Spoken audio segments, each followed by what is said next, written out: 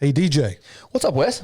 Hey, man, did you know at 137 years old, Fior d'Italia is the oldest Italian restaurant in the United States? 137? Yep. Not 1886 in San Francisco. I feel like that's got to be a destination I should go visit at some point. It seems like it should be older than that. But you know what, Wes? I didn't know that. Yeah, well, now you do. Thank you. Hello, friends, and welcome to the Live, Love, Wylie podcast, hosted by Wes Dorsey and DJ Shirley. Connecting people in the city we live and love.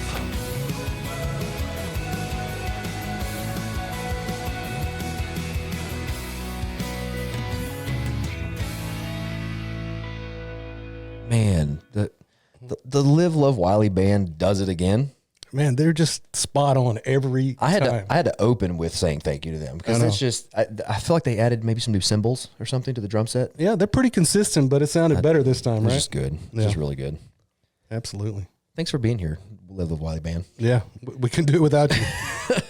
If we did, we would hear about it. That's for sure. Yeah. If we did it without them. What happened to the intro? Yeah, Where's the band? We'd hear some bad comments. Wes, we've got a pretty fun episode today with a guy that I think most of Wylie knows or knows of, but I'm not sure everybody maybe knows his story, and I'm excited to have him here. Well, I am super excited. Do you know who it is? I kind of do. Do you want me to tell you?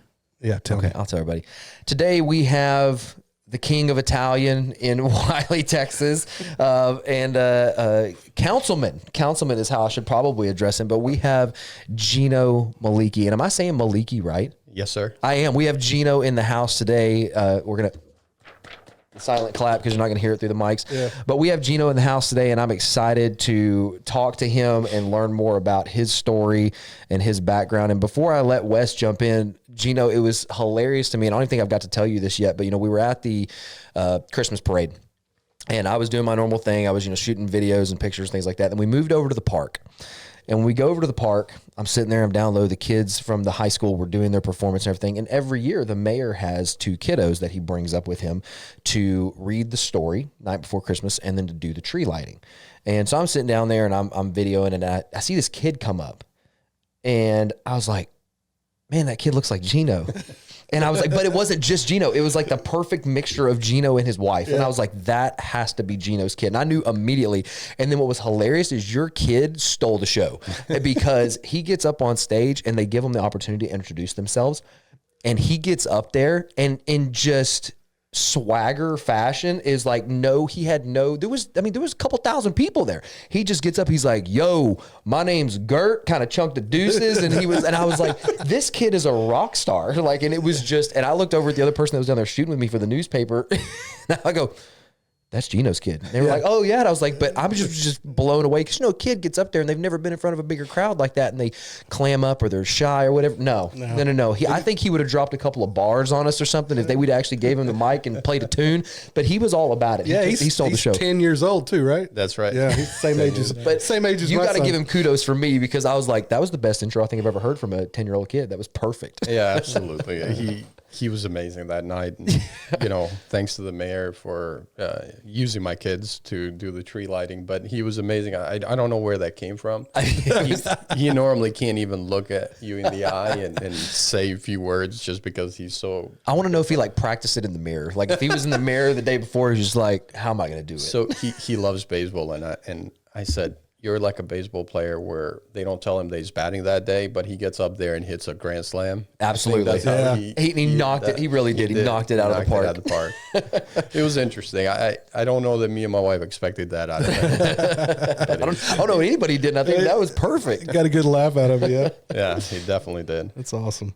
Well, those of you that are new to the podcast or just tuning in, what we like to do is we're bringing our guests, local business people.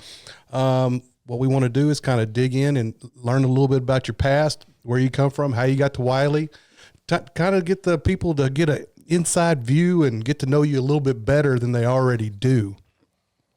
Well, appreciate you guys having me here. Absolutely. Been watching the podcast, and I'm really thankful for both of you for doing this and just allowing folks like myself to be able to come to your podcast and tell their story, Yeah. I guess, and tell Wylie's story in a sense. So I want to thank you very much for having me here. It's a pleasure being here with both of you. I mean, both of you have been here and done so much for our community. So I want to thank you for doing that. Of course. Also thank the band. Yeah, thank you. Thank you. They appreciate it as well. Yeah, for sure. Yeah, tell us, I mean, walk us through a little bit of, obviously, I'm assuming you were not born and raised in Wylie. I was not. Okay. And so let's kind of, I guess, start there. Walk us back through, and you can go back as far as you want. If you want to be like, my first memory was Christmas Day of, however far you want to go back, but give us a little bit of history of, who Gino was, what did, home life look like? How'd you grow up and where'd you grow up and things like that? Yeah. So it's funny you mentioned the king of Italian by an Albanian, right? So I was born in Kosovo. I'm Albanian descent. I was born in Kosovo. Kosovo is a small town, former Yugoslavia, Eastern Europe, in a corner of Eastern Europe, not in a Russia side, but in Eastern Europe.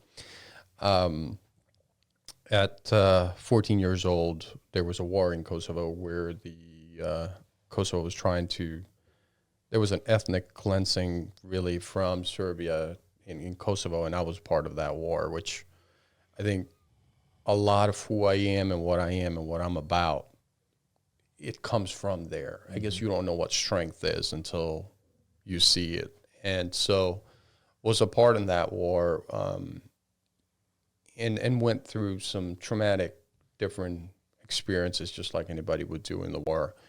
And after the war was over, came back to home, really what was left of it, because there's not much left of it. And luckily, we didn't lose any family members, close family members, but, my country lost a lot. Sure. And so as we were part of the rebuilding in high school, second year in high school, sophomore, there was an opportunity for me to join an exchange student program with a company called IUSA International. And I decided to take it. So January 26th of 2002, I flew from Kosovo to Oregon State. Oh. I actually was in a town called Paisley, Oregon, which is about 30 minutes from Bend, Oregon. Stayed with an American family, exchanged from an American family for about 8 months. I was so bored that I kind of took extra classes to kind of help myself with the school, and because some of the credits, the way they translated from back home, I was able to graduate high school 1 year before. Oh, awesome. So then I went to take SAT tests and different tests that we needed to go to college. And because I had family members in New York, I wanted to get closer to them and go to college there. And so I was able to change my status from an exchange student to an F1 student, and ended up being in New York and went to college there. As I was going through college, working at different restaurants for my family members, just, there was a pizza shop in New York in the Upper East Side that worked there for about a couple of years, just cutting slices and cutting pizzas and whatnot, and kind of learned the business. And sophomore year in college, I started working for Verizon. Folks will remember this, but in that time, about 2004, you had to dial 9 to call someone. And so I was one of those sales account executives that sold those dial 9 Centrex contracts at the time. So people can blame me today. But It's all Gino's fault. I remember those. But so that's how I got started, and then kind of ended up with Verizon in different roles until 2013 when I got married. Prior to that, my wife and I got pregnant. My wife is from Murphy, Texas, from Kosovo, but lived in Murphy. Her dad had Napolis in Centerville first. He opened Solly's actually in Garland. Okay. About 35 years ago, give or take. Wow. He came in 1984 when I was born. Wow. And then he opened Napolis in Centerville, and that's how he got started in business. So my wife lived in Murphy. We got introduced through family friends and kind of started talking, and I used to fly in, she used to fly in, and we got to know each other pretty well. So once we got married, she came to New York and lived. She just never was able to adjust to the lifestyle and the way New York Sure. is as much as possible. It's a different place. Absolutely. I always had an entrepreneur spirit in me. I always wanted to do, I guess when you're in sales and in marketing and in that type of environment, you have an entrepreneur. You have to have an entrepreneur spirit. You have to have a will to do things. Sure. And so that translates pretty well. And my father-in-law being in the restaurant business for so long, coming and visiting him, they had that Plano location for over 25 years, the Allen location for 20 years now. So he owned the building in Wylie where Napolis sits today. Okay. And every time we'd come, we'd drive by. And in 2013, we were kind of in the midst of, do we want to go? Do we not want to go? Do I want to raise my kid in New York? Do I want to raise my kid here? And we were driving on a Sunday, I remember like yesterday, and we were just driving, and I see all the churches and the families going together to churches and just hanging out and going to restaurants for lunch and whatnot. And I just didn't see an option. I think Napolis at that time from the previous owner was closed. Yeah. And so I told my father-in-law that weekend before I left for New York, I said, I'm going to move here and I want to open Wylie. And everybody was confused. Like, why do you want to do Wylie? I said, I just have a feeling by driving. I got that feeling that this is where I want to be. This is where I want to develop my family. This is how I want to develop my family. And, from there, we took over. We did the plans. We renovated the whole strip, the restaurant. As we were doing the plans, one of the big thing for me is, as you guys, some of folks know, Napolis had different rooms, different things. Mm-hmm. I wanted to open it up. I wanted neighbors to see each other while they're eating that maybe they haven't. Again, goes back to war and at times you wish you had said some different things to some different people. Sure. And so I always want to have that family feel, that friendship feel, because our lives are so programmed in a sense. We're doing certain things. We're a creature of habits, certain things. We forget some of the important things unless something big hits us. Mm-hmm. And so I wanted nothing bad to hit us. I wanted good things while we're eating dinner with family to see some people that we haven't seen in a while. So I wanted to be as open as possible and open space as possible. And so that's how I ended up in Wylie, Texas, and I'm thankful for it every day that passes by. What did you college a little bit? What were you studying in college? What finance and investment. Was that what was at the time before you got into Verizon, or well, I guess you were in college? What was being that you had an entrepreneur spirit? And I completely agree with you. I mean, that was my background. I was in sales for a long time. I was in marketing. I was in recruiting and hiring. I was in all the things and I agree with you. I think that you have to have that kind of self-starter mentality. I think a lot of those folks go on to be some of the best business folks that they could be because they're centric with the work ethic. Like it's just the way it works in sales and marketing is that you're meeting new people, you're shaking hands, you're doing deals. And so I think that applies a lot. But what was the end goal at the time? You were in college for finance and investments. Did you have a different goal than the restaurant business, or what was the reasoning that you kind of chose that in college? Finance investment has been something that I wanted to do for a long time, right? And I feel like once you know both things, you can analyze different things that you want to do in life. The restaurant business is purely, honestly, a lot of Albanians that have come in New York were here, the first generation, because they had to keep the family back home as well and support them through that. Mm-hmm. They didn't have the ability to go to school or the ability to waste time. They had to work not only to keep their families here, but they had to support their families back home. So the first initial jobs were constructions, restaurants, and whatnot. Mm-hmm. But what they did extremely well was that they learned the business. They were able to become entrepreneurs while they were working and thinking outside of the box where they opened it. My father-in-law has a college degree. He was a professor back home. Mm-hmm. But that didn't translate to here because he didn't have the time nor the necessary things to become that here. Right. So he had to get something going, but he was able to translate that into being an entrepreneur and develop himself and his family. Yeah. And so for me, I had the background of people that supported me if I went in that field. And that was a big thing for me with my father-in-law and even my uncles and my aunts that are in New York, that they have similar type of concepts. So it was an easier field for me to get going.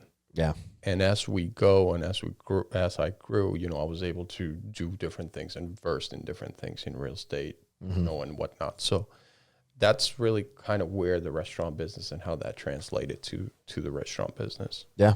No, I think that's awesome. I think and I like knowing, just because we're wanting to connect those pieces of, like, you know, we talked to some folks that have sat here and they're, you know, went to college for various things. And we've seen kind of a theme, you know, I mean, I think yours actually applies. I mean, we've seen a theme with others that, you know, they went to college for a specific reason and then they went completely somewhere else. And it was either they saw the light in college that they were like, I hate this, you know, and this is not at all what I want to do, but they were able to take that degree and apply it to, you know, something else. But in your case, it was still along those lines. You know, it wasn't necessarily, you didn't go become an investment banker. I mean, owning a restaurant, you may feel like an investment banker at some points, watching numbers and things. I mean, I think that's all business, but to know the connection points of, you know, why you chose that field and then kind of your background coming back from that. Yeah, absolutely. I mean, and I think it's an integral part about, you know, college, you know, being that I ran a team of 88 employees in Verizon, for me was, especially folks coming out of college, it was important to understand, for me as a hiring person, it wasn't much about your grades as much as it was about your commitment to a certain task for 4 years, ability for you to put in your time and the effort, because that translates into your work ethic, and that translates into something that how you're going to do down the line that can predict, at least for the time being. So unless you're a doctor, lawyer, nurse, certain elements that you have to have, that, you know, some of it translates, some of it don't translate, but at least it shows a prospective employer that you have completed the tasks within the time frame that you were designed to complete. Yeah. Yeah, and it shows ability to learn, right? Correct. So I agree with you 100% on that. To go back to Napoli's, you know, you talked about, you know, opening up so the neighbors can see each other. That's one of my favorite things about coming down there. The other day when I stopped in for some pizzas, you know, I was just sitting there waiting in the front. I must have saw like 5 people that I Every knew. time. Every time. Yeah. You know, everybody comes in and Gino's there greeting everybody, knows everybody pretty much by name, I think. Yeah.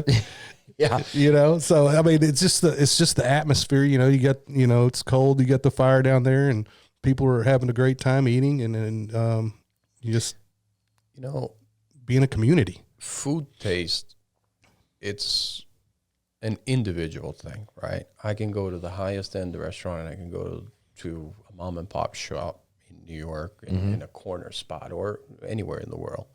And it's based on your taste and how you feel about that. Yeah. For me, I always want to create a family environment type of thing. We are going to make mistakes in the restaurant. We're going to not fill up your drink. We're going to give you hard rolls. We're going to, maybe the taste is off. But what I want, not only for people that work for me, but for people that are there, I want them to know that I will do everything under my power. And it's not about the money. It's not about the bottom dollar. It's always going to be about, if we haven't taken care of you today, know that it has been noted, and we'll make sure that that does not happen again. Does it happen? 100%. But it's not coming because of lack of effort from our part. It's not coming from, you know, sometimes you make a gesture or a comment to a certain person, they may take it as, he's just doing it. I don't take those comments lightly, because I'm not built for one day to the next. I'm not built with a bankroll of a big industry, you know, restaurant. I'm built from individual funds that have worked really hard from it. Yeah. So for me, that has a lot to do with it, and I want to make sure that people take care of it, and that translates into, you know, we do a lot of with nonprofits. We do a lot with different, and folks call and we make a mistake on pizza. I'll give you a credit for the next one, where I can get you right out back again. Right. It's just not about $1. It's more about the longevity of the restaurants and how people want to feel about it. And you know, me being there can help with that. And hopefully even the kids that are working for me, mostly are high school kids and some college, I want them to understand and learn what we're doing here is going to have to translate into your future life. And maybe pushing you a little bit more here, but I guarantee you 5, 6, 10 years from now, you're going to see that, oh my God, Gino was right about doing this at 18 that I didn't think of. Right. Because now at 28, I'm doing the same thing and actually helped me propel to where I'm at versus maybe it might have taken me a little bit more years. So that's kind of the environment that really, it's important to me. That's how I'm not a cutthroat. You don't do your job, you're out. Yeah. I've just never been like that. It's more important for me for you to get out of here and learn something from here than you just coming in and doing what is necessary. Right. Yeah, the experience of the whole thing, for sure. So my next question on here was about how Napoli's came to be, but you kind of already covered that. So I kind of moved into another question is, you talked about your father-in-law has the other locations. How is there a difference between your location and your father-in-law's locations? Are they the same recipes? Or are they different? A lot of recipes are the same. I tend to think we may be just a little bit different. I tend to tailor a lot to different folks. So I'll give you an example, and I use it all the time. When we first opened in January 2014, 95% of the chicken dishes, or most of the dishes, were sold with pasta. Today, I sell 50% of those dishes with vegetables and no pasta. A lot more health conscious, a lot more different things, different things that we need to adjust to. And I don't mind adjusting. Yeah. And I want to make sure that we're tailoring to not only the times that we're living in, but different allergies and different things that folks have. I may be going in diet, even though it doesn't look like it these days. But, I want to make sure that we're tailoring to that. And so I go way beyond. Sometimes my chef does not like me very much, but I go way beyond of trying to make those adjustments. And I think you have to. COVID is a great time to talk about, because in COVID, a lot of businesses unfortunately folded. Yeah. Just because if you're not used to adjusting, it takes a really hard time, and it takes time to adjust. So Sure. we were able to adjust on the fly, and thankful to the Wylie folks and people that live within Wylie and the support, we were able to thrive while during COVID, which is something that in my industry you don't hear much about. Yeah. Yeah. So tell us a little bit about what you did during COVID. I mean, a lot of people here in Wylie know, but we do have some viewers and some listeners that are not here in Wylie, and people still talk about what you did during COVID. So I remember it was March 13th, if I'm correct, and went home that night about 3:00. My wife gets up at the bed and she sees me at the dining room table sitting and drawing and writing, and she's like, "What are you doing?" I said, "I want to make sure that I have enough money in my bank account to not fire anyone for a long time, and I want to figure out how I can pay them an average that they were making with their tips while we don't let anybody go." And she's like, "Well, I don't know that you can figure that out tonight." Well, I said, "I want to get close to it." So we came back on that Friday morning, and I told everyone, I sent a big text message to the group, and I told everyone, I said, "Look, moving forward, everyone will be in hourly, no tips. We'll put this much in hourly, whatever." So I kind of made the adjustments, and I said, some of the waiters that we had are going to be picking up phones and bringing the food from the kitchen to the cars. And then some of the people were going to make them delivery drivers. And I said, whoever is okay with that, this is kind of my plan. This is what I want to do. This is how I want to do it. And I said, whatever we can, if I have $1, it will be split with y'all. Yeah. And so I want to make sure everybody understands that. I didn't get here by myself, and I'm not planning to go out of here by myself. So that was kind of what I did internally with my employees, and everybody was gracious that stuck around, and we actually were able to keep everyone, which I'm very proud of that, and added folks as we went. I think the biggest thing that I probably went home and got emotional multiple times is the line of people at the door coming to get Napoli's food, and supporting and posting. Yeah. Everything that I had done from 2014 until COVID, folks were paying me 5-fold and 6-fold the donations that we made, the changes that we made to people, and that people were showing out of woodworks to come in and support us. We did not lose a step. One of the other things that I wanted to do as we kind of progressed with this COVID thing was a lot of people are staying home. So you couldn't afford to buy 3 meals a day. So we created bigger packages that you may eat that day, all day, or you may eat it one portion that day, one portion the next day. And your bottom dollar doesn't affect you as much as it should. Yeah. So those were really popular. Then we got together with EDC and some nonprofits, 5 Loaves and all of them, and created the Food for Hunger, Feed the Hunger. And we were doing this, half trays with feeding the hunger, and giving the folks that didn't have the means to buy it, giving them half trays that at least for that day, they felt like good as a family, sat down on the table and ate a hot meal that it was important. So I'm so thankful to have gone through, nobody wants to be thankful for COVID, but to have gone through that period and learn about people and learn about the community as a whole. For me, it was very, very thankful period and something that I will never forget.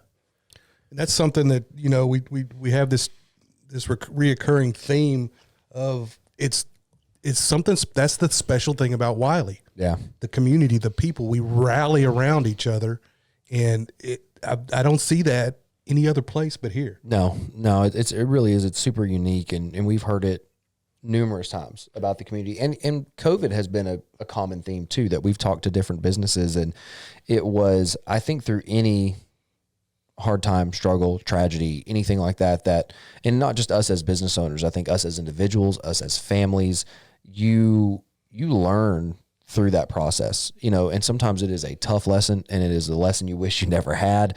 But then sometimes you look back and you can call it a silver lining or whatever you want to call it. But there are moments and things that we take from those tragedies or those hard times that we carry with us forever. And the impact that you made, not only on the community, that goes without saying, but what you were able as an individual, then as a business owner, also as a family person, but to those individuals that worked for you, the lessons that they learned during that process and got to see from your leadership and from your thought process of, I think we all had a freak out moment. Everybody did. I launched our business during COVID, which, for us, it was like, okay, we'll see what happens. And it wound up being a great thing because people actually needed what we do probably more than ever. Yep. They needed their name to be out there. They needed the support.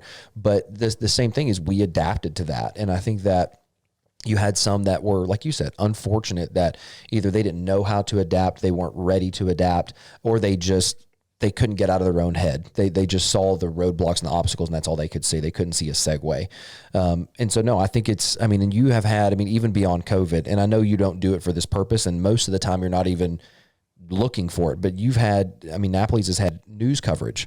I want to say it was the freeze. And there was more than just that, but I know the freeze in particular, there was some things that you did that garnered local news attention. And it was, making sure that people had hot food and that they weren't going to literally starve or not have food or access to their kitchen or their food. And you can talk about that a little bit. And again, I know I'm not bringing it up because I know that you're not looking for the pat on the back. That's not the purpose of it, because you already expressed through those situations, it comes back regardless. You never need and I could go on and on. Obviously I'm involved in so many different places that I see you a lot, but I see your name pop up a lot. That I show up to a nonprofit luncheon and it's like Napoli's took care of the lunch. And then you go to show up at this Chamber of Commerce event. It's like Napoli's took care of the lunch. And it's never you're not looking for the pat on the back. No one is even probably openly, until I show up at that event, nobody even knows that it is Napoli's that's being served for lunch. So it's not this big shout out to Napoli's and all this. It's just that you're choosing that path because it's ultimately, I guess, just the right thing to do and how you stay involved. How do you, I guess the question turns about how do you want to make your place better, right? Mm-hmm. The place where you live. Yeah. How do you want to show your kids that where there is a will, there is a way? Yeah. Right. And, for me, what I had seen during the war, what people went through, there is always a way because there was a will for people to live and want to develop and want to grow the country. For me, I live in Wylie. My kids go to schools in Wylie. If I don't try to make this place better, if I don't try to make, help the school district with whatever I can, the nonprofits, be a part of it, then I'm not doing my job as a parent to put my kids in the best position to be successful. Because what are they going to learn? They're going to learn the Wylie culture from Wylie teachers, from City of Wylie. And so I have to do everything I can to make the City of Wylie and everything that comes with it in the best way possible. Yeah. It's not about a pat in the back, because at the end of the day, you can get a pat in the back today, but tomorrow you're screwing up. Yeah. And believe me, I make mistakes every single day. And I try to learn from them. Sometimes I don't. It is what it is. But I lead from a standpoint of how can I do better today for whatever that is. And, in the end of the day, God sees it all and he'll pay you fivefold. Yeah. I don't have to have a pat in the back. My family's healthy. My parents are healthy. I have a great business. I'm about to open another one, and I think God has paid me 20,000 fold. Yeah. And I'm very thankful every day that I wake up in the morning. Yeah. And so that's where I start. That's how I lead from. That's how my starts from. Do I change sometimes, or do I have different things going on in the day? Yeah, absolutely. And you can get a different answer, but that's really where all this stems from. I have to lead for my kids to see that this is the best. There's a way to do things. Yeah. And you can do them, and you can achieve them when you want to do it. And so if my kids see that, and you hope they do, Right. then you have set them up for a successful future. It doesn't matter if they fail or not. They have the ability to get up and dust their knees off and learn to ride the bicycle and get up and do it again. Learn how to Back do on it. the horse. That's right. Get back up there. Well, and I think you gave us a great segue there, so I'm going to take it. Yeah. But you talk about, just making Wylie even better than it is. I mean, obviously we all walked into a Wylie environment that there was something already there that we were like, this is incredible.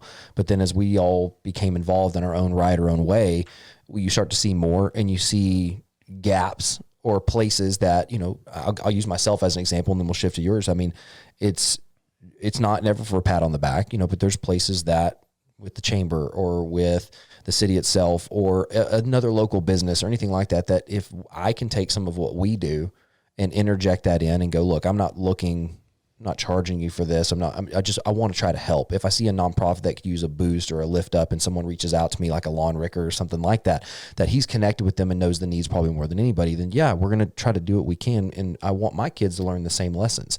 And we've talked to them a lot because these kids are spoiled. Like we all know that, but they're spoiled because they don't know. And so it's something that we regularly talk to our kids about, from their teachers to their education to just the environment that, when we go in places and they're like, we can't go to Walmart, people don't know dad, whatever. I'm like, it's funny that you're bringing it up, but it's because of the community. It's because of their involvement, my involvement. And you can call it a sacrifice or whatever you want to call it, but there's a level of giving that you just do. And it's super genuine. There's no expectations on the back end. But that being said, let's talk about giving and a labor of love. You're now a councilman on city council.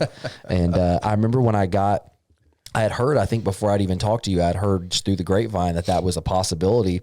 And I was like, no way. And then I talked to you and you're like, yeah, that's, something I've considered for a while, but maybe walk us through that. There are, in any community, ours included, there are all types of voices, right? There's some that have, that maybe don't fully see the full picture of how city government works and how business works and how the community works. And they have their negativity that maybe they want to bring to it. And, this is why people go get on city council and this is why people do this and do that. But, the reality is they don't know what goes into it. I mean, Wes and I sat on very different, but Wes is still, and I'm not, because I did my time, if you want to call it. We were both on the HOA board together. And it is on such a smaller scale, but it's the only way that I can relate to what you guys probably deal with at city council level, is that there were even, you're talking, this is my neighbor that is posting negatively about our board and talking about why we raised dues $47 after 12 years of no increases. And why, we've got to pay for landscaping. Like, we do all these things, and it was literally, we would sit in these meetings sometimes one of them was almost midnight, and I know that pales in comparison to some city council meetings, so I'm not trying to one up for sure. I've heard about some of those meetings, but it's a labor of love. We were paying the same dues. We were never compensated. We had no extras. We didn't get a discount. We just had to make those decisions and catch the heat for it. But there were all kinds of negative and naysayers of why people want to be on the HOA board. And the reality is that we had a similar heart, and Wes and I had that conversation when I even considered throwing my name in the hat. I was like, I want to be a part of positive change, and I want to be a part. This is my neighborhood that I plan on being in for a long time. I want to stay at seeing the way it's supposed to be seen. I want the grass to look a certain way. I want the pools to be upkept. I want homes to be upkept and fences and all that. And I want to care and show that I care by giving some of that time. But I want to transition to you of like, where did that, was it a thought you had for a long time, or was it random and you go, you know what, it is time for a replacement on the, city council. There's gonna be an open spot. Just walk me through that thought process of why you were, ran for city council.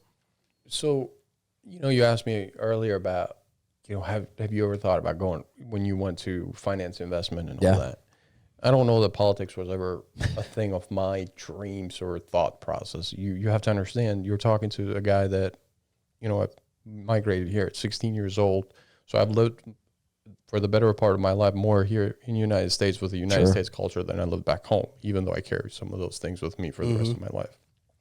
And so I don't, your will to help your country back, because today there are some countries in the world that have not recognized Kosovo as independent. Mm-hmm. And for me, that's hard to fathom. I understand that some of those countries have their own ideas and thoughts on why they don't. But for me, it's very hard to fathom that because of what we have gone and the things that even today you can see the videos and you'd be like, what? How is that possible? So I always was involved to some degree with Albanian nonprofits to try to help back home in political sense and in a nonprofit sense, right? Mm-hmm.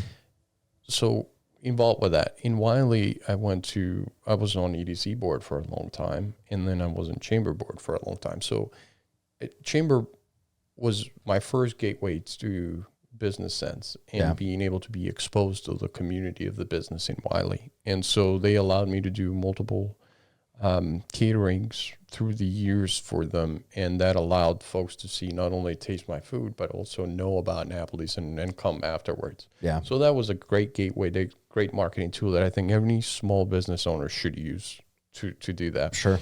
Economic development, for me, why I got into that, it was very important that we make sure that we take care of small businesses. Mm-hmm. As we grow, and we've grown tremendously since I moved here, it's important that everyone knows who built Wylie, that these bigger businesses and these bigger companies wants to come to Wylie. So that does not mean that we're going to trumpet now the little folks or the little businesses, small businesses that built this great place for other businesses to come. That means that we're going to protect them to as much as we can while meeting the needs of all the newcomers and the new folks that have moved into Wylie. Mm-hmm. So I think and that's why I joined EDC. And when the opportunity presented itself to go for a council seat, I prayed and thought a lot about it. I wanted to serve. Mm-hmm. I wanted to serve the city of Wylie. I wanted to make it better. I want to leave it better than I found it, or in the same lines of it. So, we do get a lot of criticism, but every criticism, every good word, it's okay. I want to understand it. Why is there a criticism? Absolutely. I want to understand it, how we as a council can direct the city staff to do a better job. How can we create policies and procedures in place that are better for the city, not only today, but few years down the road. One of the biggest thing is, misconception that we control 78 or we control the intersections or we control the traffic lights or we control 544, and TxDOT and all that. So I've taken on, and I think every councilman has, but for me personally, in the next few years, what I want to do is create the relationships with county and state and level that, hey, you can't just come in and want to close an intersection on 544. Sure.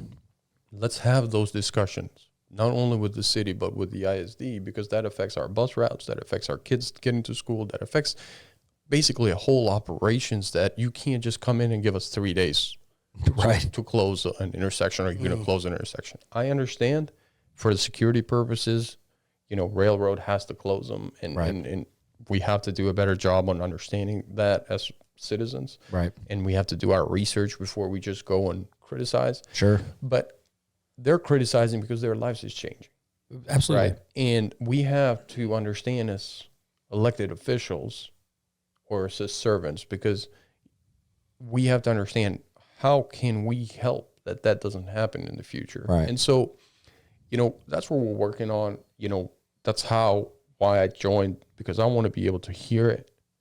They know where to find me. My restaurant is right there. Normally I would be right there. They have to say something, and it was something that I thought about. Will it affect my restaurant or my business in a wrong way or a good way? Yeah. And it's a really fine balance, but I don't hide from anything. Right. There's no reason for me to hide. If I vote something wrong, come and tell me you voted something wrong. Give me your opinion. And if your opinion makes sense, I will change it. Right. But I'm not going to hide from my votes or what I feel strongly about. And what I feel strongly about is that we have a great city made by small businesses. Yeah.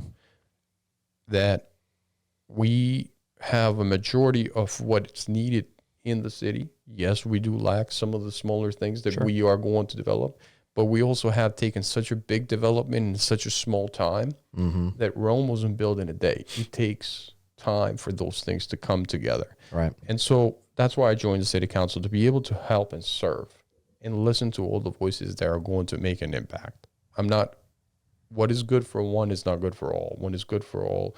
So we have to make sure what's good in totality. Right. And that comes with taxes. Yeah. That comes with roads. That comes with, when we get the bill every year in taxes, like, oh, why are we? Well, one of the reasons we have to build commercials. Yeah. We have to build, more commercial space. So those taxes are not going only to the houses, but they're going to the commercials, and that alleviates the income that comes and spreads it out. Well, so it's one of the smallest things that, I know, and again, because I've chosen to know. And it wasn't from a place of, I don't understand why, and I'm mad about this or mad about that. And don't get me wrong, it's okay if it comes from that, because I think that's sometimes where discovery comes from, is that you see something and you go, tax bill comes in and you go, why is this so much higher? I'm lucky enough to know a realtor that a realtor can tell me, number one, that, well, your house value went from X to X, meaning that you could make this much more selling it this year than you could last year.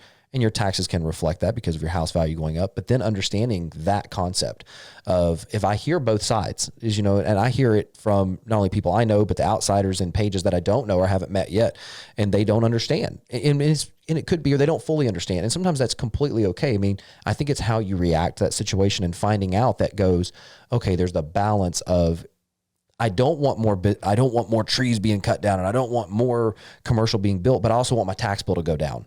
And them understanding that there's a balance of, well, which one do you want? Everyone's happy when their house value goes up, but then they get the tax bill and they go, why is my house? You're figuring out that balance. And the more we build, right, commercial or residential, the more city employees we're going to need. We're going to need more policemen to make sure that our safety is right. We're going to need more firemen to make sure that we're right on that end. Absolutely. We're going to need more streets and parks and recs and all that. So it requires more folks to do what we do. I'll take an example, and I know I'll get grief for it, but I always tell the folks, the big building on 78. Yeah. Everybody's like, "Whoa, is that a jail? What is it?" I wasn't in the council when it was voted, but looking at it from a perspective of, just in my perspective, that building, it's over $300 million in taxable values. Yeah. Right. You can build a building like that, or you can build a building like that that creates jobs, that takes some of the load from intermodal railroad, which will have things coming into there, and they're going to need infrastructure to put it in and park it somewhere and create that space for them to hold it somewhere, right? A distribution center type of thing. Yes, I know it'll add trucks to the 78, but it will create jobs. It will create less traffic, actually, because they will go into that intermodal and then get out. So it wouldn't be all at the same time taking it from intermodal and taking it to different places. It creates enough taxable value almost in the same as creating another 600 homes in Wylie. Wow. And so what that means, each home, by average, will put 1.5 kids in school district. So we will overload our school district that's already overloaded. And what that means? Creating making new schools. And that's created bonds. And when bonds are created, taxes get higher. So you can build a building like that replaces 600 homes, creates jobs, creates a space, an environment that not only is taxable value for the actual building, but it's for the contents that will be there too. And so I get it. Does it look great? No. Will it affect some of the houses around? Absolutely. But in totality, is it better for the city of Wylie? To those around it, probably not. To the traffic at 5 o'clock, sometimes not.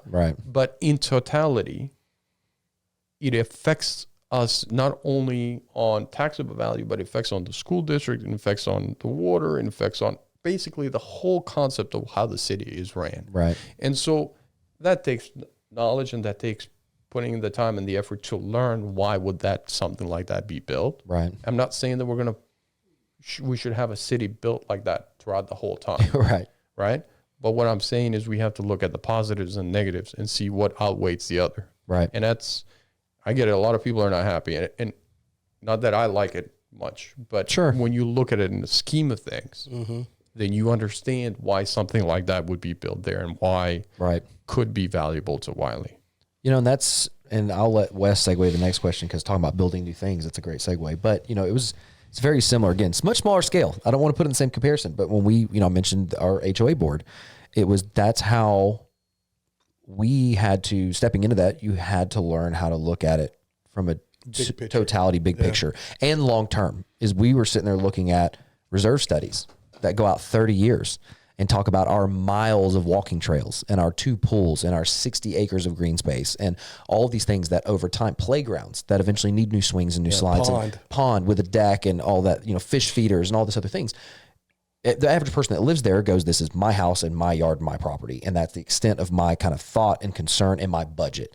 We had to sit back. Don't get me wrong, we're all thinking the same things. We're paying the same amounts, but we had to look at it in the big picture and go, if we want to keep dues the same, how could we possibly do that? Well, we could hire a subpar landscaper that's going to come in and make it look terrible and not do the things. And then we're going to hear about that too. We could lower standards, and we could have fences that are falling apart, and we could have, everything. The reason people move to this neighborhood, we could do away with the playground. We could get rid of some of the walking trails when they start failing, close a pool down. Like you look at the negative sides of it, and it was for us to weigh, I don't even want to call it the lesser of two evils. It was just trying to make the best decision that could be made for the, and putting our neighborhood as, in comparison, not to the whole city, but even that is, there are going to be some people that don't like it. And there's going to be some people that could be indifferent, could care less. It's $47. If it's $470, probably more people would have been mad.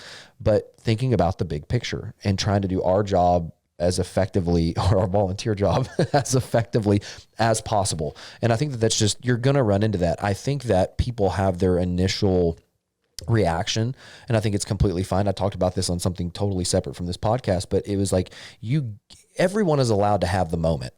Like if you have in business, you have a setback, COVID, city, big building in the backyard of your house. I think we all have our moment to have our knee-jerk reaction, to get upset, to get mad, to get angry, to get frustrated, whatever you want to call it, whatever your reaction is. I think we all have that moment. But then I feel like what would solve a lot of problems is if everyone would have their moment and then try to put it into perspective and to think about it from a totality view, a grand picture, a big picture. And some people will never will. And that's totally fine. I think that everyone's entitled to their own opinion, right? If I lived right behind it, I'd probably be a little more opinionated than maybe someone else. I personally think that I probably just get over it because there's not anything I could do after it's being built. But I think that there's, I would look at the positives of, I'd have to look at the other side of it and go, I also don't like my tax bill being so high, and I also don't like it continuing to go up. And if this is something that could alleviate some portion of that, sign me up. Well, and I think it's important that not everybody's going to not everybody has the vision that this council may have, or Sure. the board may have, or some people may have. Some folks have a different vision, but everybody has a chance to get involved. You know, what we do in council, you know, we don't get dollar amounts that we are working in council, or we spend our time. I get out of the restaurant on Tuesdays, leave the dinner rush, and go and serve in the council. And I love it because I'm serving the citizens of this city. And I'm serving my kids, and I'm serving my wife, and I'm serving everybody that lives within the city. Yeah. So everybody has a chance to contribute to the city within their own visions. Sure. And how we can make it better. And like I said earlier, for me personally at least, if we make a mistake, or if I make a mistake, or I vote in a certain way, or I don't think that should be that way, I have no problem in having folks showing up to council and listening to their thoughts, their ideas, and their pros and their cons of why. It could be different than mine, but it might help me make that decision a lot easier and understand their point of view a lot easier than when I don't hear it, and then after the vote, I hear it afterwards. So, and I look at different things and different platforms, and I always look at those, and I want to understand better about how I can do better as a councilman and serve the city better. Yeah. So, well, not only is there that, I mean, obviously it's open for, typically there's a multi-phase process for especially a building like this or a project like this. It's a multi-phase project. And when I say project, I mean before it even gets approved or anything. And that's something that if they don't know, that's great that you're saying that, because not everyone knows that. Number one, that obviously you have a voice. You can come down to council. You can go to the meeting. You can let your voice be heard, express your concerns. There are also all types of boards and committees that people can be on to help and be a part of that kind of planning process. And, you know, you talked about process and procedures, and they can be involved in some of that and let their voice be heard. And I think it's important because, and we can tie this back to business or any way you want to tie it back to, is I can only make, as a business owner, I can only make the best decisions from my experience. Like if I'm going to make a change in my business, I don't care if it's pricing or office or who I'm going to take on as a client or anything along those lines. You same thing with your business. You can only make so many decisions based on the information and data that you have. Same thing for council, same thing for the mayor. I don't care who it is, EDC. We can only make decisions from our place of education. Now we can use other tools and sources. Like you said, we can look at data, we can look at reports, we can look at how it would affect taxes, things like that. That's all we can make our decision on. But it's important to have outside perspective, is that I bounce things off of Wes. I will bounce things off my wife. I will bounce things off other people that I trust, other business leaders in the community or coaches, and say, I'm thinking about this, or I want to go this direction and that. And I want to hear objectively. I want to hear from them, from their place of life or business or knowledge, yes, no, why, tweak, change, because it makes me think differently. If I'm only operating from my experience, I'm limited and I'm completely bound by that experience. Whereas if I go and share that information with Wes and say, hey, you know, not in my business, but understand what I do, totally different business, but you know, what do you think about this? Am I on the right track? And I only typically will speak to people that I know that will speak to me. I don't want to say bluntly, but bluntly, that will say, I hate that idea. And here's what you're not seeing or not thinking about. And that's what you're getting at with what the community is able to do, is that everyone may assume, or some people may assume, that like, there's just nothing I can do. But the reality is as a council member, you guys, and I've heard all of you say it, and I've been at a bunch of the meetings where, you know, I sit there and they go, we're going to open the floor. You know, if there's any public comment, you know, we want to hear back from you. And in some cases, there's some people show up. In most cases, there's nobody or one. And, you know, they may show up in favor or in opposition, but those moments, I see the council sit there and listen. No one's ignoring them. No one's not listening to them, because at the end of the day, y'all are people. Yeah. You're citizens. You're people. It affects us just like it affects everybody else, because we all live here. Absolutely. Some of us has businesses here. So it's the same thing as it affects us 2 and 3 and 4-fold, depending on. That's my soapbox. Just saying, get involved. I mean, there are ways for you to get involved and to know what's going on and to have a voice. Absolutely. Let's move on. Let's get some awesome stuff. Yeah. So I've heard and I've seen you've got something brand new coming soon. Can you tell us about that? I do. It's something that, so one of my best friends, Andy Rashidi, he's from Chicago, and he moved here, similar timeline that I moved here from New York, and he opened Starwood Cafe, Frisco, and then kind of expanded. It's a concept that I don't know that prior to Andy was really done much in this part of Texas, in DFW area. And Andy has created a niche of breakfast and lunch concepts that it's more modern twist with good old American breakfast. And so him and I have been friends for a very long time, and he's opened, I think the Wylie store will be 18th store overall. And he had one in Wylie, in Murphy, a few years back. Yep. And the folks that he had sold it to, when COVID hit during panic, that place closed because they didn't know how to adjust, and they just panicked. And so now I believe it's a different name. But the one in Wylie, why I wanted to open one, I've been wanting to open one in Wylie because I think it's a needed concept. We do have absolutely great breakfast with Ballard Street Cafe. Absolutely. We do have Country Club Cafe that's been here, a staple for a long time. I think this one, it's not a chain restaurant type of situation. This is more about similar concept to Napolis service, to what I built. This will be a community place where people can come in, have a coffee, and have a good breakfast. And with a modern twist, the place is going to look absolutely tremendous. And I think it's needed to folks that can have small business meetings, different meetings in the morning. Just grab your friend and have breakfast and meet. So I'm excited about it. I'm excited the part of town that it is. It's something that in that part of town. That's our side. That's our side of town. In East Wylie, we don't have a lot of development going on. Sure. Even though it's starting to develop, Lavon has grown tremendously that it affects really our businesses and the way they are. And for those that were looking to, I don't have anything against Murphy, but the tax dollars, I'd like to stay them in Wylie. Yeah. And so for me, it's something that Andy and I are collaborating together. I'll be running it. Andy's my partner on the bigger picture of things. And we're just trying to bring a family-owned, good breakfast in town that will help to serve the people in Wylie. And I'm excited for it. And can you, for those that don't know, I think a lot of people do know because everybody sees something new pop up or a new sign that goes to all the community groups. But where is it? You mentioned the east side, but where's it going to be located? It's next to Fuel City and Public Safety Building. It's right in between. There's a new building that Slate Development, I built it. We're renting it from them. We are probably about 3 to 4 weeks away from opening. We have some folks in training right now. Want to make sure that we're ready to go. Yeah. We're probably looking at just after Valentine's Day opening type of thing. It's like a third week February-ish. Somewhere in that neighborhood, as long as we can get all the COs. All the fun stuff. Fast. Yeah. So, the bigger things take a little, get done faster. The smaller things are the ones that always push you back. Yeah. And what can people, I know you mentioned like breakfast and lunch, it's going to be, is that what the hours are going to reflect? Is that what people can expect? Most of the hours are going to be 7 to 3. Okay. It's closed at 3 o'clock.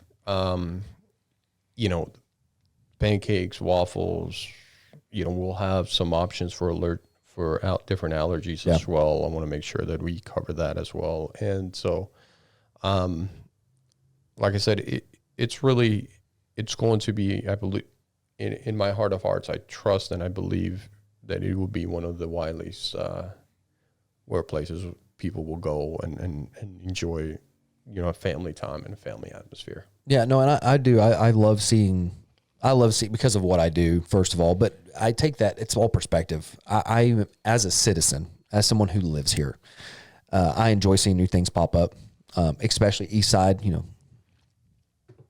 But, I like seeing those new things pop up because it gives us other options. But I'll tell you what I enjoy most is, and Wes kind of alluded to it already about coming to Napolis. It doesn't matter where I'm going. and I have meetings all over the place and meet with different folks, and I can walk in. Just the other day, I was at Creekside, one of the new places that opened up on the other side of town, and I go inside there, and I was there I don't know, there maybe an hour, and while I'm there, I see, probably every other booth were people that I knew.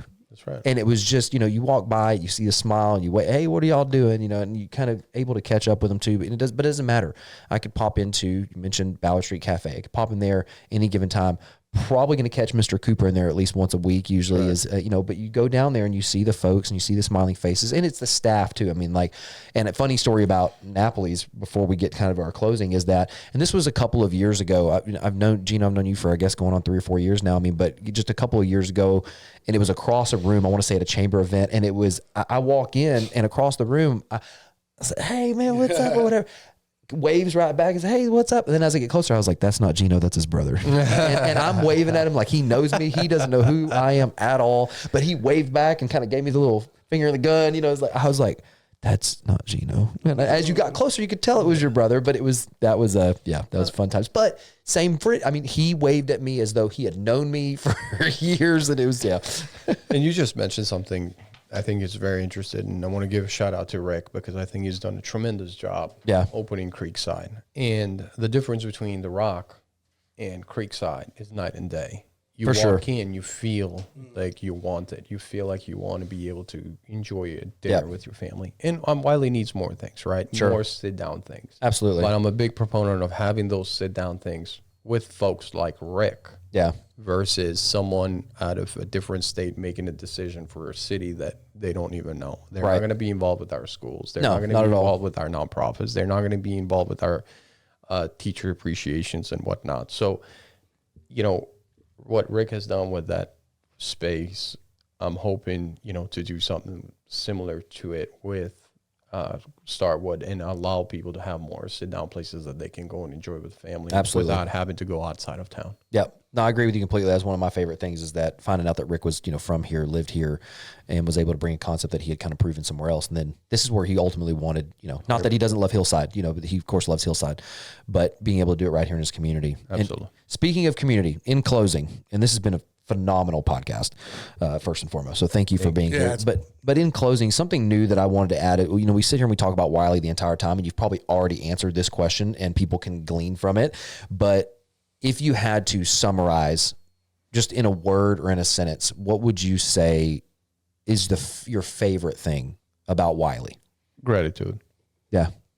The gratitude that people have shown me in this town is absolutely amazing. So I'm grateful for the time and the effort they have invested in me, my family, and my businesses.